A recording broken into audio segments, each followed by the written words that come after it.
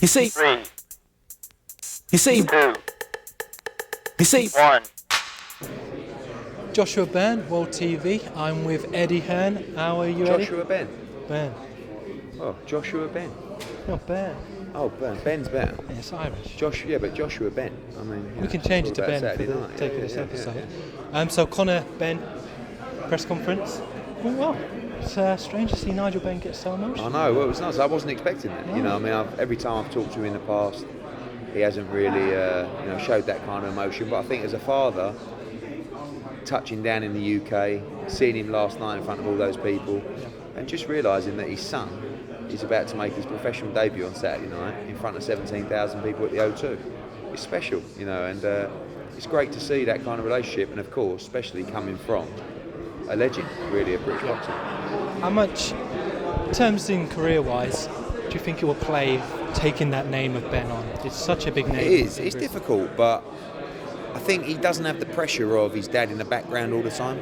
You know, he lives in Australia, and when we first had our conversation, it was very much a case of, I believe in you,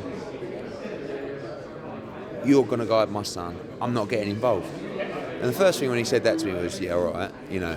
And then I haven't heard from him for 3 months. So did they reach out to you, Eddie? Yeah, he was travelling the country, spent a bit of time in Manchester, but he missed being with his family, which was in Essex, in Ilford. Right. And he started training with Tony Sims, and I went down to have a look, and then Tony spoke to me about him, and I went down and watched him. I just saw his dad, you know, exactly the way that he fights, you know. And when you meet Conor, and you talk to him, I had him in my office, and you know, although my dad's far from a legend, although he might have a go at me for saying that, he's successful, and I know what it's like to have a successful dad, and how you got to try and make your own way, and people are going to say you've had a leg up, and you know, you're probably right.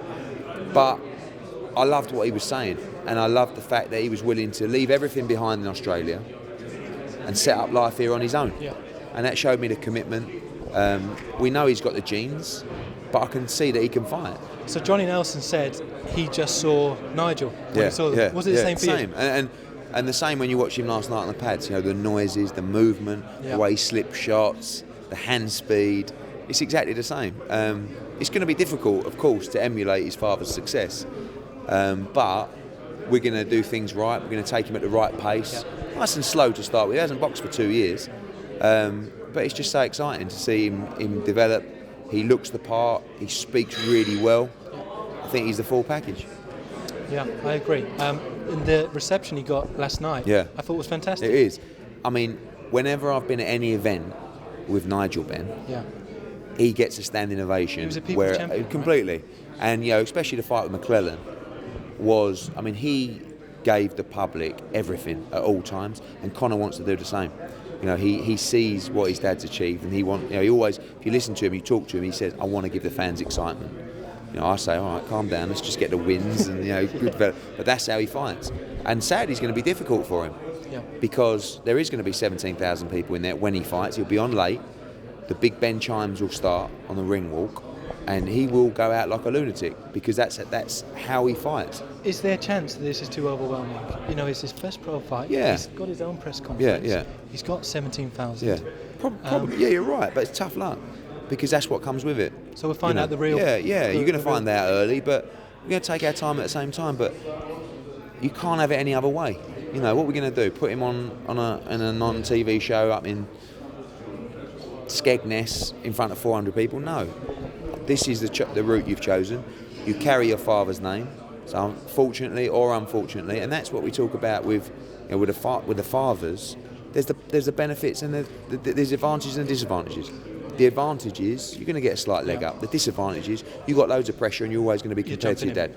So, you know, you can't really win, but he can fight, and he's just got to use his head on Saturday night and just be nice and calm, and he'll be fine. Last time we spoke, Eddie, was, I think it was about a week out before Frampton Quigg. That's right, yeah. How do you think your guy did?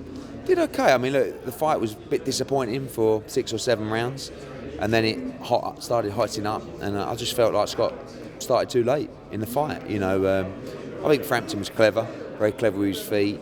He knew that he didn't want to really get involved in a fight, in my opinion. You know, he was holding a lot as well, but he was clever. I felt like he just nicked the fight, Frampton. And yeah, obviously disappointed that Scott didn't get the win. A lot of the feedback from so-called experts, if Quigg started the way he finished, he would have took the Yeah, fight. I think so. I mean, you don't know if Frampton had some more levels to find as well, but I certainly feel like if Scott would have put it on him earlier in the fight, he would have won the fight. Right, next big topic, Nigel Benn. There's some compliments for Callum Smith. Yeah, unbelievable. I just phoned Joe Gallagher just now, and he was like, because I texted Callum last night and told him, because Nigel told me last night, and he was like, wow. I mean, beat Golovkin, beat Kovalev. I just said to Joe Big Gallagher, words. maybe we'll give that 18 months. But this was a press conference about his son, not about Callum Smith. But he wanted to say that today. So that's how much Callum Smith impressed Nigel Benn. Unbelievable. Do you know what I mean? So it's great for Callum and great for British boxing. So what is next for Callum? Well, it's mandatory now for Badou Jack. That will come in September. Right. But Badou Jack might fight James DeGale. If they do, Callum will have to wait a further 90 days. But it's okay. Callum's still young. We can have a fight in September ourselves. And then if the fight's in January or February, so be it. So you're happy to fight in the interim? Happy to, yeah. I mean, we'd like Jack next, but it's a little bit out of our control. But at the same time, Callum's getting better and better. So we're easy. I forgot to ask as well. Quigg insists he will rematch Frampton. Is there talks at the moment going on? Not at the moment, no. But I think if Scott can get a couple of decent wins, I think the rematch has got a great chance of happening. I think Scott would take the fight for nothing at the moment because he's that. He's coming across that way. Yeah, exactly. So I think I wouldn't be surprised to see that fight again. He's a real boxer, Quigg. He's not here for the money. He's here to become a better fighter. That's my job, to make sure these guys, everyone knows the risk of boxing, and I always go on about how we have to make sure these guys are rewarded, and Scott Quigg was considerably rewarded for that fight. He'd give it all away to have got the win. Yeah. That's the kind of guy Scott Quigg is. So, he'll build back and he'll get there, and I believe he'll be world champion again. So last time we spoke, we was talking about Brook and Hearn, how ongoing discussions were going. Yeah. So left wing, Canelo Hearn came out of the blue. How do you think that fight goes, Eddie? I think Canelo stopped him within 8 rounds or something like that. Right. I think you've seen the pictures of Hearn. He's trying to build himself up into a light middle or middleweight, and I think he's going to lose a lot of his attributes doing so. I'm not sure whether he'd have the same speed at that kind of weight.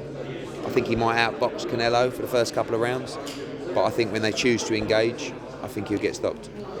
And if he does get stopped, does this kill Brook Hearn? I think that fight's always there. Perhaps it just doesn't make it as big anymore, or But it does give Brook the lead, so to speak. He's maybe not in Amir Khan's eyes. But listen, negotiations are always very difficult in that respect. But listen, I hope Amir can get a win. But our job is to try and find Kel a big fight for the summer, and we'll be doing everything we can to make that happen.